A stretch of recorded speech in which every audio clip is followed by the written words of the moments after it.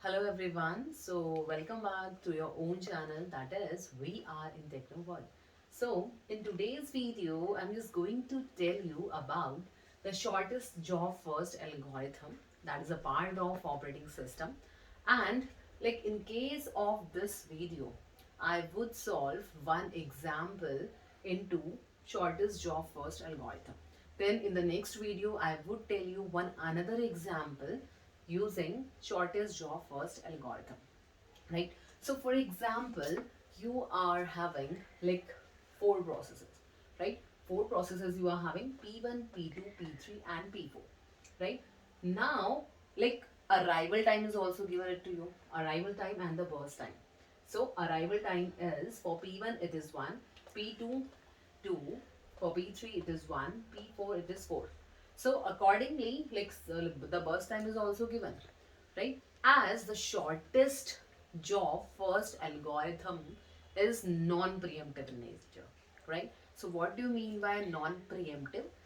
Non-preemptive means like once the CPU has been allotted to one process, then the CPU would execute that process completely, right? And after the completion of one single process, the another process would be allotted to the CPU.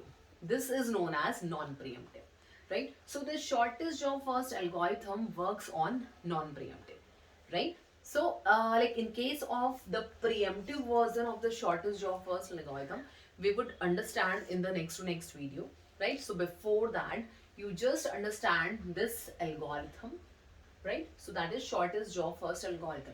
As like the name suggests that in case of this, the number of processes who are having the shortest burst time would be executed first, right?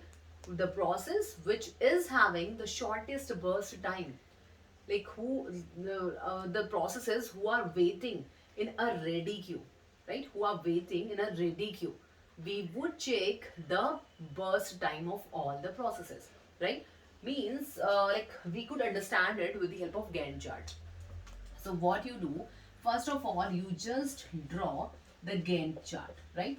Because with the help of Gantt chart, you could understand like how exactly like we are calculating the completion time, turnaround time and the waiting time, right? So for that purpose, we need the Gantt chart, right? So like in this question, what do you have to do? You have to find out the average turnaround time as well as you have to find out the average waiting time. Okay, so what you do for that purpose, first of all, you just come into this section that how to create Gantt chart for it, right? So you just listen it carefully and just watch it carefully, right? So first of all, you just check like the process, like which process is coming in coming in a ready queue first, right? You just check like the process which is coming first, right? Means like to whom the CPU is being allotted. You just check it, right? The arrival time or the CPU is allotted from 0, right? The CPU is allotted from 0. That means at 0, no process has been arrived, right? At 0 quantum of time, there is no process who has been arrived. So that is why what we would do, we would write, this is the Gantt chart, from 0 till 1. From 0 till 1, the CPU would be idle, right? The CPU would be idle. Why so? Because no process has been arrived in the running queue, right? That is why. So here we could say that CPU is idle, right?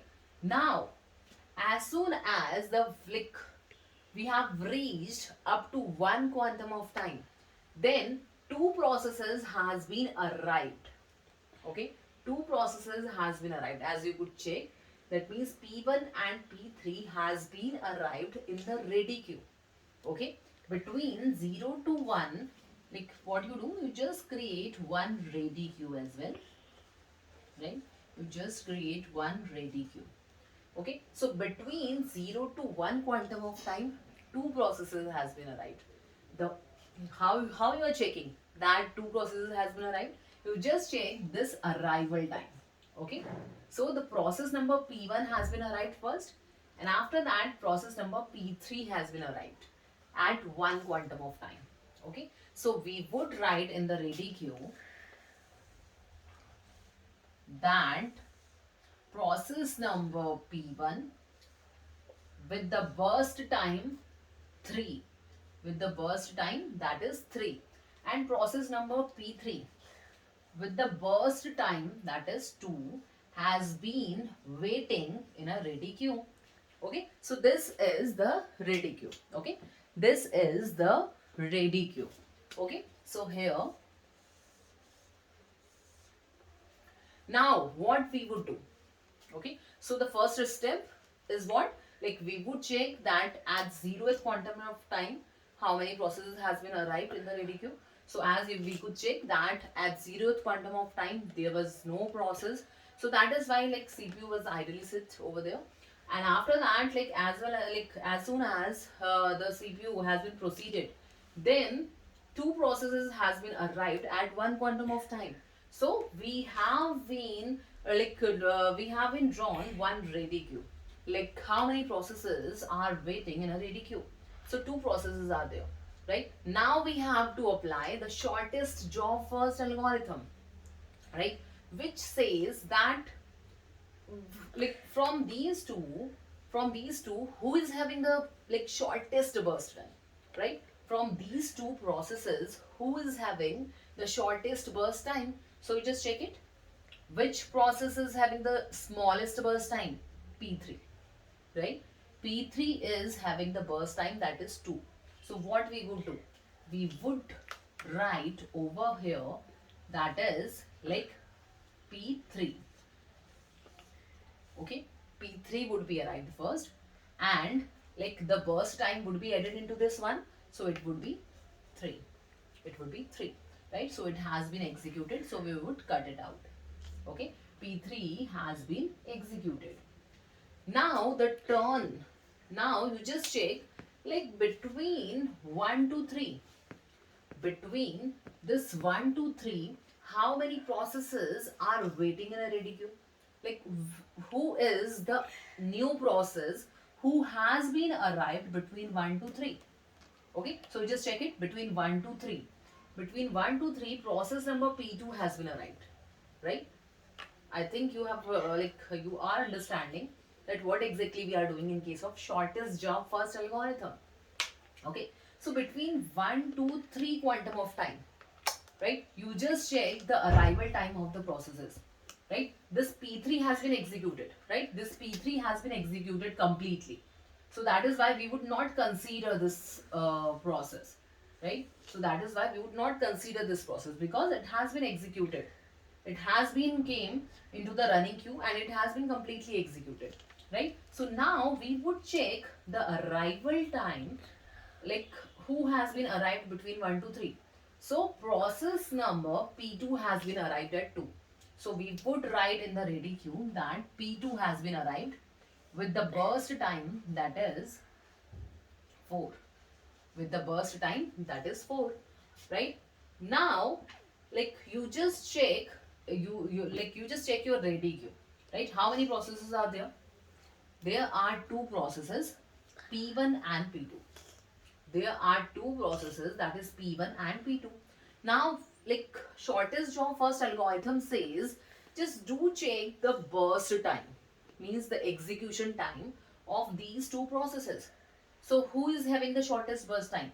Process number P1, right? So that is why what we would do, we would write P1 over here in the ready queue, right? And what is the execution time of P1? That is 3. So it would be 3 plus 3, right? So it would be 6. Done. So it has been completely executed. Process number P1 has been completely executed. Done.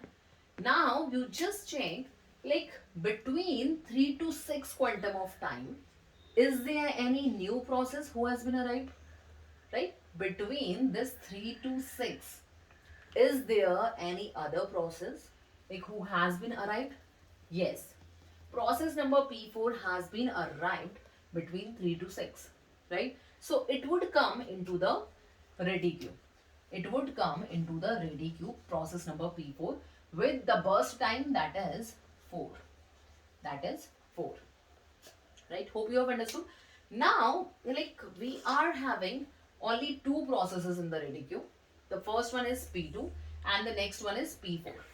Okay. So what you do, you just do check the burst time of these two processes. The burst time is same. The execution time, or you could say the burst time for these two processes are same. Now what we would do?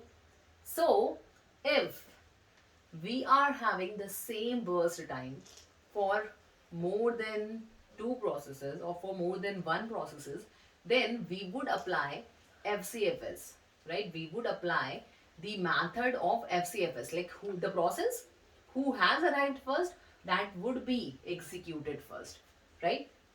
So what you do, you just take process number P2 because P2 has been arrived first, right? Process number P2 has been arrived first as comparison to process number P4. So that is why I'm just taking process number P2 over here, right? So the burst time for process number P2 was 4. So it would be 6 plus 4, that means 10. Done. So it has been executed, right? Now only process number P4 is left. So what you do, you just write P4 and what is the burst time of it? That is 4. So it would be 10 plus 4. That means 14. Right? So this is how we could create the Gantt chart for the shortest job first algorithm. Right? Now what you do? You just write down the completion time. Okay? You just write down the completion time. Okay? So the completion time for process number P1. The completion time for process number P1 is 6. The completion time for process number P2 is 10. The completion time for process number P3 is 3. The completion time for process number P4 is 14. Okay. So this is the completion time. Like process number P1 is being completely executed at 6. Process number P2 is being ended at 10. Process number P3 is completely executing at 3. Then just like process number P4 and 14. Okay. Now for calculating the turnaround time, we are having one formula, that is like TAT equals to the completion time minus arrival time. Okay, so you just do calculate the turnaround time. 6 minus 1, it would be 5. 10 minus 2, it would be 8. 3 minus 1, it would be 2. 14 minus 4, 10. Right? So you just do calculate the average turnaround time. So we could say that the average turnaround time would be 5 plus 8, 13 plus 2, 15 plus 10, 25 divided by 1, 2, 3, 4. That means it would be 6.25 microsecond. 6.25 microsecond. So this is how we could calculate the average turnaround time. Right? Now, what do you have to find out in the question? The average waiting time. Right? So the average waiting time, we are having one formula. Waiting time equals to turnaround time minus burst time, or this burst time is also known as execution time, right? So now we just do calculate the waiting time. Turnaround time minus burst time. So 5 minus 3, it would be 2. 8 minus 4, it would be 4. 2 minus 2, it would be 0. 10 minus 4, it would be 6, right? So you have to calculate the average waiting time. So you just add all these numbers. It would be 12 divided by 4. So 3 microsecond, right? So this is how we could calculate the average turnaround time and the average waiting time using shortest job first algorithm. So hope you have understood. Now just do practice of this method or like I'll share one another example using shortest job first algorithms, right? So till then, thank you so much.